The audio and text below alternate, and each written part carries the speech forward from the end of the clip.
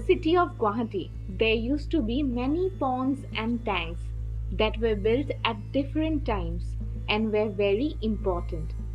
Unfortunately, because the government and the people didn't take care of them, a lot of these ponds have been taken over by buildings and other things.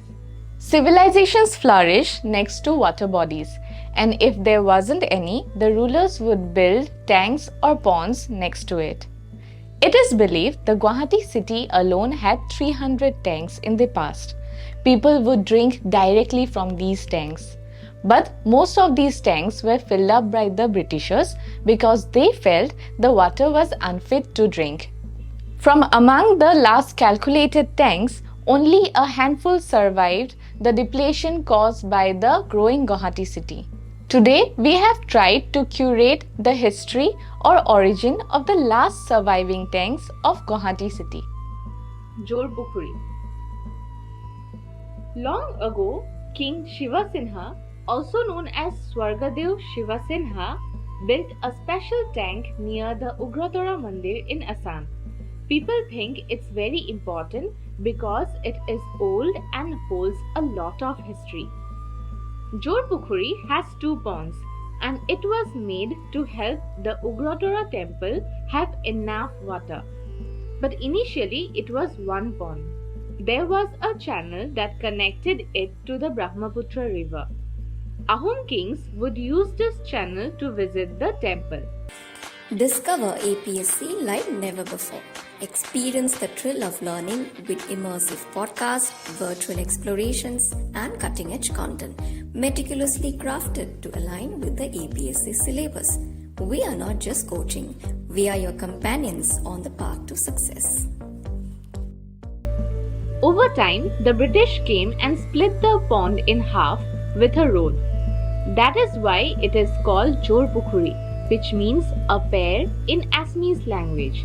Even though it changed, Jorpukhuri is still a special place with lots of birds nesting there.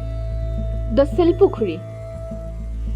The Silpukhuri used to go by another name eons ago. Its original name was Nogunya Pukhuri and it was known by this name until the 1880s.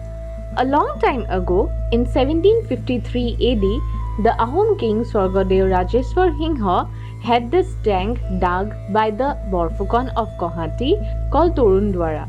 At that time, people called it Nogunya Pukhuri. This tank was dug at the same time as the Navagraha temple and it had 9 angles, which is why it was called Nogunya Pukhuri. People believe that the water used to bathe the idols in the Navagraha temple would flow into this tank, making it holy. Archaeologists find it important because there is a rock inscription on the bank of this tank, which is a rare occurrence because during the Ahom period, no such tanks had any kind of rock inscriptions attached to it. This inscription can now be seen in the Assam State Museum. The existence of this inscription likely changed the name to Silpukhuri. In Assamese, Sil or hill means stone and Pukhuri means a pond or tank. So Silpukhuri means a pond with a stone, probably referring to the inscription. Digholi Pukhuri. Digholi Pukhuri means the long pond or tank.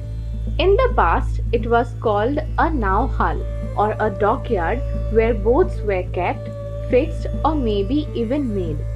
This dockyard was very important during the Battle of Horaighat. When the Ahoms were in charge, Digholi Pukhuri was connected to the Brahmaputra river on the north side. But when the British took over, they filled up most of the northern part of Digholi Pukhuri. Now, the Circuit House and the Guwahati High Court are built on that filled up land. Nagpota. The Ahom king Swargadev Pramatta Hingha built the Sukreshwar temple between 1744 to 1751 AD in the present-day Panbazar area. On the day the temple was opened, a very large snake was sacrificed. This was probably part of some tantric practice prevalent during that time. After the sacrifice, people worshipped the snake, then they buried the sacrificed snake in the land that was transformed into a tank. Because of this event, the tank became known as Nagpota. In local language, Nag means a snake and Pota means to be buried. People think that the Sukreshwar temple and the Nagpota Pukhuri are connected in some way. The present interpretation of the tank as Nagpota Pukhuri comes from the common legend where the Pragjyotishpur king Narakahur slays the cock who announced daybreak by crowing while he was building the roads leading to the Kamaikha temple. Goddess Kamaikha promised to marry the Asur king if he could finish building the road before daybreak. Shakuntala Pukhuri.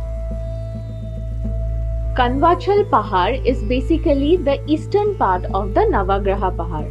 The original name of Navagraha Pahar was Chitranchal Pahar.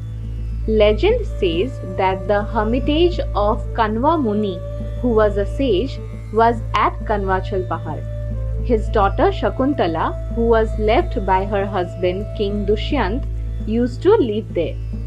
There is a tank there which is called Shakuntala Pukhuri. But some people today think that the tank has nothing to do with Shakuntala or Kanva Muni. They believe that it was made in the early 20th century AD. The tank was named Shakuntala Pukhuri only a few years ago. Podum Pukhuri. Long ago, during the time of the Ahom rulers, a tank was dug to provide water to the residents of Majinder Barua. Nowadays, people call this place the Guwahati SP's Bungalow. At first, it was named Majinder Barua Pukhuri. As time passed, between the early 1920s and the 1980s, this tank became filled with lotus plants. Because of this, people started calling it the Podum Pukhuri. I found the history of these ponds and tanks really very fascinating. And if you want to watch more such videos, please subscribe to our channel. Despite their historical significance, many of Guwahati's tanks and ponds has been lost due to its negligence and development. Once an essential source of water, they now serve as reminders of the Guwahati's ancient past. Preserving the remaining few is essential so that we can safeguard Guwahati's rich heritage.